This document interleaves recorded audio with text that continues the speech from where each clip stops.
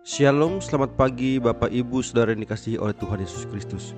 Puji Tuhan, pagi ini kembali lagi kita mau membaca dan merenungkan firman Tuhan. Saya mengajak Bapak Ibu, mari kita berdoa terlebih dahulu. Mari kita berdoa. Terima kasih Bapa yang baik, kami bersyukur dan berterima kasih untuk anugerah dan penyertaan yang Tuhan berikan bagi kami.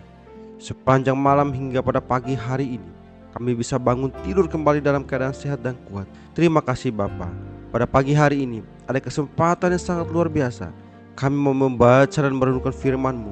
Tolong Bapa buka hati dan pikiran kami, supaya firman yang kami renungkan kami dapat mengaplikasikan dalam hidup kami. Di dalam nama-Mu Bapa, kami sambut firman-Mu penuh ucapan syukur. Haleluya. Amin. Yeremia pasal 23 ayat 1 dan 2. Celakalah para gembala yang membiarkan kambing domba gembalaku hilang dan terserak. Demikianlah firman Tuhan. Sebab itu, beginilah firman Tuhan, Allah Israel, terhadap para gembala yang mengembalakan bangsaku. Kamu telah membiarkan kambing dombaku terserak dan tercerai-berai, dan kamu tidak menjaganya. Maka ketahuilah, aku akan membalaskan kepadamu perbuatan-perbuatanmu yang jahat. Demikianlah firman Tuhan. Tema yang akan kita renungkan bersama yaitu celakalah para gembala yang membiarkan kambing domba gembalaku hilang.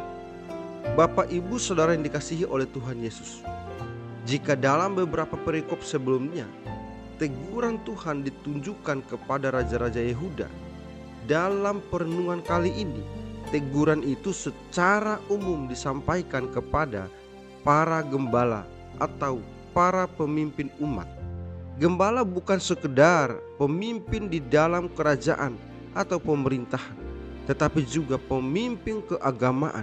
Merekalah yang disebut telah menyebabkan kambing domba Allah bercerai-berai.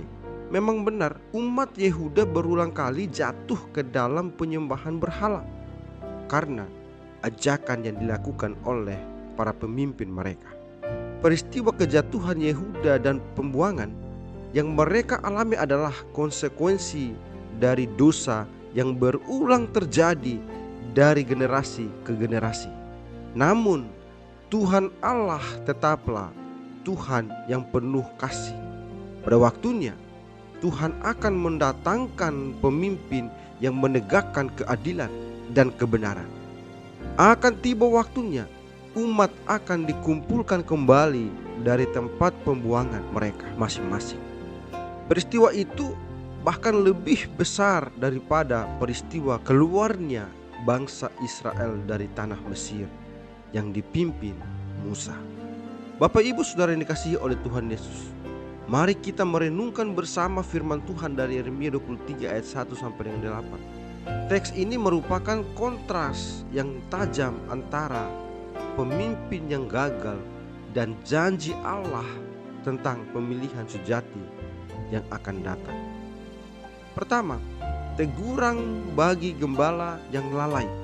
Ayat 1 dan 2. Tuhan membuka perikop ini dengan kata yang keras. Celakalah. Teguran ini ditunjukkan kepada para pemimpin, raja, imam, nabi di Yehuda yang seharusnya menjaga rakyat, namun justru membiarkan mereka tercerai-berai. Kekuasaan dan pengaruh adalah titipan. Seringkali kita merasa memiliki posisi atau kelompok yang kita pimpin, sehingga kita bertindak sesuka hati. Tuhan mengingatkan bahwa setiap pengabaian terhadap tugas menjaga sesama akan ada pertanggungjawabannya. Yang kedua, janji pemulihan sisa-sisa umat. Ayat 3 dan ayat yang keempat. Meskipun para pemimpin manusia gagal, Allah tidak membiarkan umatnya binasa selamanya. Ia sendiri yang akan turun tangan untuk mengumpulkan sisa-sisa kambing domba dari tempat pembuangan. Poin penting, Allah adalah gembala utama. Saat kita merasa tersesat karena sistem yang rusak atau kegagalan orang lain, ingatlah bahwa Allah tidak pernah kehilangan jejak anak-anak. Ia menjanjikan rasa aman di mana kita tidak akan takut lagi dan tidak akan terkejut. Bapak Ibu Saudara yang dikasihi oleh Tuhan Yesus, melalui renungan ini Yeremia menyampaikan nubuatan tentang murka Tuhan kepada para gembala di Israel yang tidak lagi menjalankan fungsi dan tanggung jawabnya sebagai gembala yang baik. Celakalah para gembala yang membiarkan kambing domba gembalaku hilang dan terserak. Aku akan membalaskan kepadamu perbuatan-perbuatanmu yang jahat. Namun dalam kemurahan Tuhan atas sikap pemimpin Israel tersebut, nubuatan Tuhan datang dan menyatakan bahwa akan datang masanya Tuhan sendiri akan memulihkan dan mengumpulkan umatnya yang tercerai-berai itu. Sesungguhnya waktunya akan datang. Demikianlah firman Tuhan, bahwa aku akan menumbuhkan tunas adil bagi Daud. Ia akan memerintah sebagai raja yang bijaksana dan akan melakukan keadilan dan kebenaran di negeri. Yang menjadi gembala adalah Tuhan sendiri. Ia akan membuat domba-domba berkembang biak, tidak lagi ketakutan, hidup dengan tentram, karena ia mengembalakan dengan adil.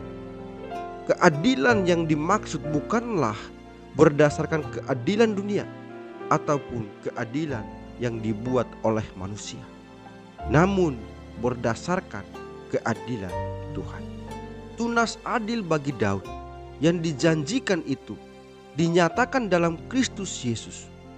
Dialah gembala yang baik. Tuhan Yesus mengatakan, "Akulah gembala yang baik." Gembala yang baik memberikan nyawanya bagi domba-dombanya. Ia adalah gembala yang baik dalam hidup kita saat ini dan selamanya. Oleh sebab itu, perlu ditegaskan bahwa jika Tuhan Yesus mengatakan, "Akulah gembala yang baik," maukah kita terus digembalakan oleh-Nya? Kiranya pikiran, hati, dan tindakan, bahkan seluruh hidup kita digembalakan oleh Tuhan. Amin. Tuhan Yesus memberkati. Mari kita berdoa. Terima kasih Bapa yang baik. Kami bersyukur dan berterima kasih kami kembali dikuatkan lagi oleh kebenaran firman. Bapa, biarlah firman yang sudah kami renungkan ini bukan begitu berlalu saja, melainkan tertanam dalam hati dan pikiran kami. Terlebih lagi firman-Mu itu kami dapat mengaplikasikan dalam kehidupan kami hari lepas hari. Di dalam nama-Mu Bapa kami berdoa dan bersyukur. Haleluya. Amin.